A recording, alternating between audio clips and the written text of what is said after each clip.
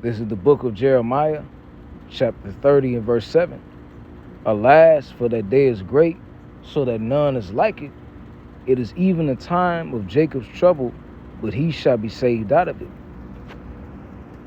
First off, I want to give all honor, all glory, and all praises to Yahweh, Bahashem Yahweh Shai, Bahashem Raha Kodash.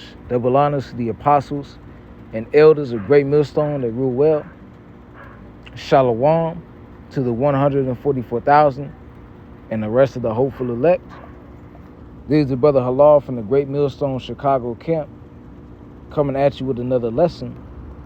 And this is about, this video about this woman, who goes into detail about a dream she had about a massive blackout and, mass unaliving, as you see here in the title.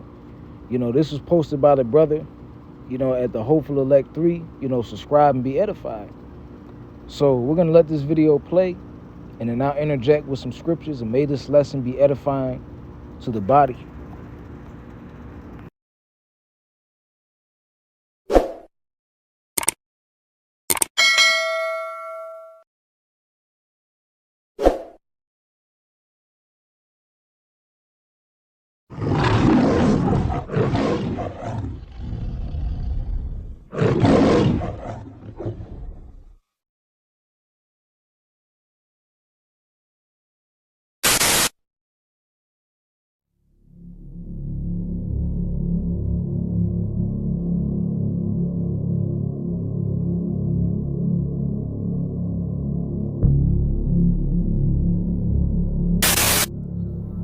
You guys, right now it is 5 a.m. in New Haven, Connecticut. I want to share this dream that I had. I want to share this dream. I don't know if it meant something. I don't know if it's a warning, but I literally woke up from this dream. Right now, I'm in the bathroom, about to get ready for work. This dream has to be a warning. And it's from the government. I'ma share it. I was on the bus, like the CT transit bus. I was on the bus on my way home from work. It was a sunny day outside, on my way home from work. And I'm on my phone, and I was gonna make a phone call to my mom to check on her. This is a dream, okay? Keep this in mind. This is a dream. And as soon as I was about to dial my mom's number and call her and check on her, all of a sudden my phone blacked out. Not just my phone, the whole entire world, everybody's phone, even on the city bus, everybody's phone blacked out. As everyone's phone blacked out, it was a message at the same time. And all you hear is dun, dun, dun, dun. This is a warning. This is a warning. This is a warning. Everybody lost electricity, cars, buildings. There was no electricity at all. It was like the world just shut down, blacked out. Everyone on the bus is looking so confused. They're all looking at their phones. Our phones are pitch black. And all you hear is, this is a warning. This is a warning. This is a warning. The next thing I knew, I look outside the window as I'm on the bus. I look outside the window and I see people killing each other. I mean, smurder. Everybody, including myself, that was on that bus was panicking. Like, we were all afraid. We were in panic mode. But as we're all looking out the window from the bus, you can see nothing but people smurdering each other. I'm talking about left and right. It was so graphic. It was so graphic that I got scared in that dream. And I started having a heart attack in that dream, to the point where I woke up and I started sweating. I jumped out my bed. My back was sweating. My chest was sweating. Everything was like, I was just hot. I was sweating, and my heart was like boom, boom, boom, boom, boom, boom, boom, boom, boom. I said all that to say this. People might not know that dreams have a meaning to it, but I feel like dreams have a meaning to it. And I don't know what this dream means, but I'm gonna tell you this. Y'all better be vigilant. Y'all better be vigilant, because this dream felt real. I don't know if this dream means the purge or a terrorist attack. I don't know what the dream meant. But what I can tell you is that the dream means something. And the government is up to something. Okay? They're up to something. So, the lady detailed a dream where she was on the bus, on the way home from work. And she said that it was a complete blackout, and all the phones were repeating, "This is a warning, this is a warning." And then all of a sudden, before she knew it, people started unaliving each other in massive numbers. And, in dreams, these visions, matter of fact, let me just get that scripture in the book of Joel. I believe the brother posted it at the beginning of the lesson.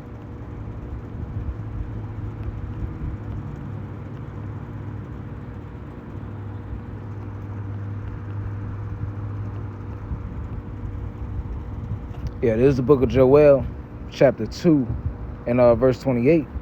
"And it shall come to pass afterward that I will pour out my spirit upon all flesh." So even the heathen, because you have a lot of heathen that are having dreams about chaos and Jacob's trouble as well.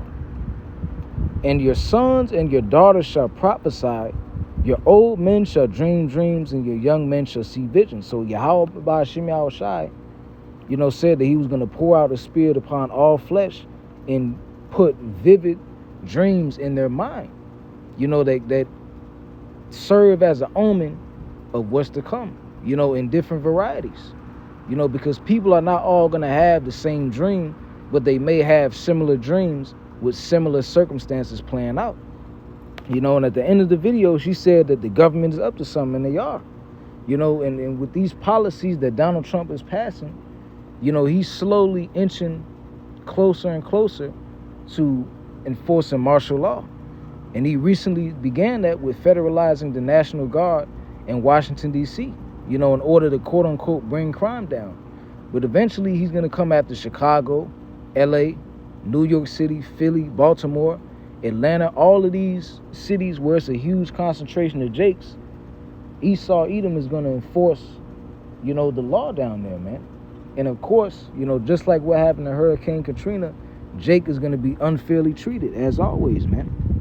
And it's going to lead to all hell breaking loose, man, and mass killings being carried out as a result of the tribulation and violence. But let's get the book of 2nd Ezra, chapter 6 and verse 22.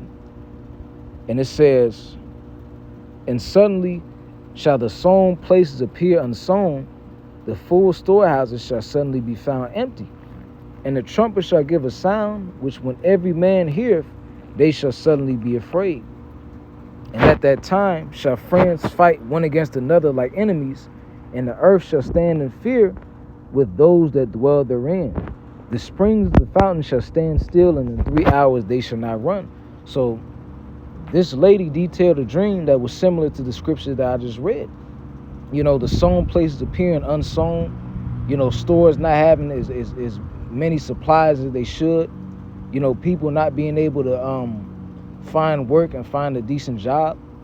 Eventually this is all going to lead, is all going to crumble down and turn and escalate into Jacob's trouble, where friends are going to fight against another like enemies, brother against sister, parent against child, against the daughter-in-law, the father-in-law against the son-in-law. All manner of, debauchery and chaos is going to be going on a massive scale. And Yahweh Ba'Shem Yahushai is giving people these dreams and visions, so that they can come on these social media apps and, reveal it to the masses. Because everybody knows, deep down that chaos is going to break loose in America. They know deep down. And with these visions and these prophecies unfolding, these are all the indicators that we are one step closer. Let's get the book of Ephesians chapter 5 in verse 15. And it says, see then that ye walk circumspectly, not as fools, but as wise, redeeming the time, because the days are evil. And you know, as us, as the watchmen, as the men of Yahweh by Shema Shai, we have to be walking circumspectly in these times, man. We have to be watchful. We have to walk soberly. You know, constantly looking into the media, constantly looking into the news to see all of these prophecies unfold so that we can blow that spiritual trumpet and warn our people.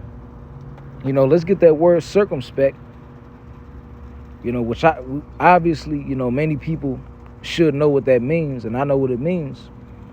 But just for those who don't know,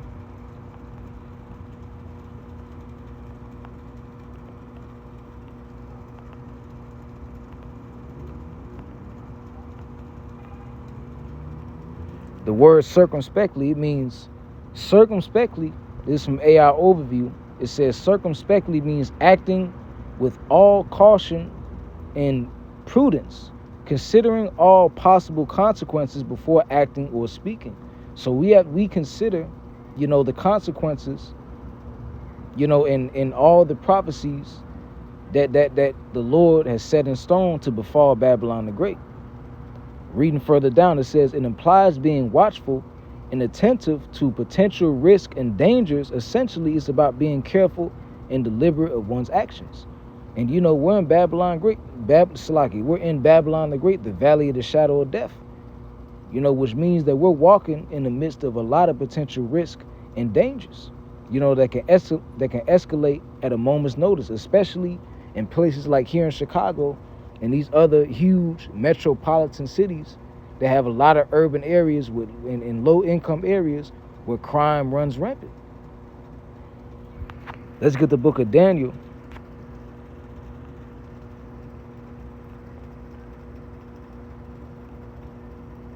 Chapter 12 and verse 1. It says, and at that time shall Michael stand up, the great prince, which standeth for the children of thy people.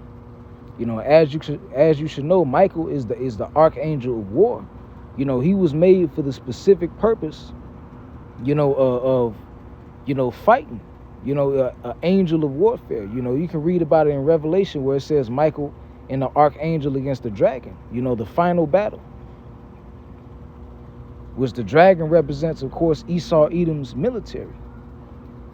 But that's another lesson for another time. It says, and there shall be a time of trouble such as never was since there was a nation, even to that same time.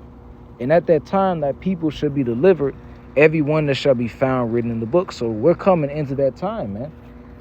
You know, this prophecy, when it speaks about a time of trouble like none other before, this prophecy wasn't fulfilled in the time of Daniel. You know, although, you know, the time frame of the Babylonians reigning over Israel and Judah, although it was a time of great anguish for our nation, the times that we're coming into, you know, there has never been a time in the earth where all these events are happening simultaneously, you know, one after another, continuously. That's how we know that we're in these times right now. So as, you know, the men of Yahweh by Shema Shai, we're laboring so that way we can be delivered from this, man. You know, everyone that shall be found written in the book. So I'm going to end this off with the book of 2nd Ezra, chapter 16 and verse 17. And it says, woe is me, who will deliver me in those days? And this right here, you know, is the prophet Ezra. You know, when he had a vision of Jacob's trouble. And this is how he described it. It says, woe is me, who shall deliver me in those days? The beginning of sorrows and great mourning, the beginning of famine and great death, which is exactly what this lady described.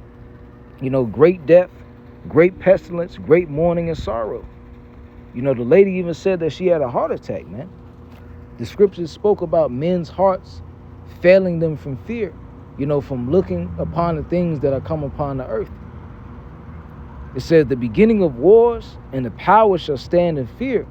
The beginning of evils, what shall I do when these evils shall begin to come? Behold, Famine and plague, tribulation and anguish are sent as scourges for amendment. So in the word amendment, let's see if we can get that in the etymology. It says, the word amendment, it says betterment or improvement, correction, reformation. So all of this tribulation and famine is going to be sent as scourges for what? For correction. But for all these things, they shall not turn from their wickedness, nor be always mindful of the scourges. So all of these things are going to be sent as correction for the wicked, man.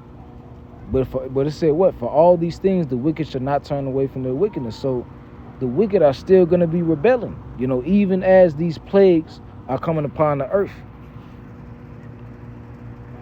Verse 21, behold, victuals shall be so good cheap upon the earth, that they shall think themselves to be in good case.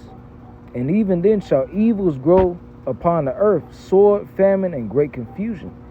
And many of them that dwell upon the earth shall perish of famine, and the other that escape the hunger shall the sword destroy, man. So people are going to be dying by reason of famine. People starving to the point where even if food is introduced to them, it still won't be able to nurse them back to health. Eating away at themselves, eating each other, cannibalism. And those that don't die by the hunger, the sword is going to destroy. And the modern day sword is what? The gun. Verse 23, and the dead shall be cast out as dung, and there shall be no man to comfort them, for the earth shall be wasted, and the city shall be cast down. There shall be no man left to till the earth and to sow it. The trees shall give fruit, and who shall gather them? So many places are going to be abandoned. The scriptures speak about what? The day shall come that no man can work. Going into a recession of job opportunities available. Opportunities available for people to get a job application and find a good job where they can get paid a decent amount of income. Verse 26, the grapes shall ripen, and who shall tread them? For all places shall be desolate of men, so that a man shall desire to see another and to hear his voice, man. So it's going to get so bad out here. Everything is going to be abandoned and run down. That the people that are left, they're going to seek human companionship, refuge, shelter, and a place of salvation. But only those who serve Yahweh B'Shem Shai are going to find it, man. So I hope this lesson was edifying. And with that, I want to give all honor, all glory, and all praises to Yahweh, B'Hashem Yahweh Shai, B'Hashem Rakah Kodash.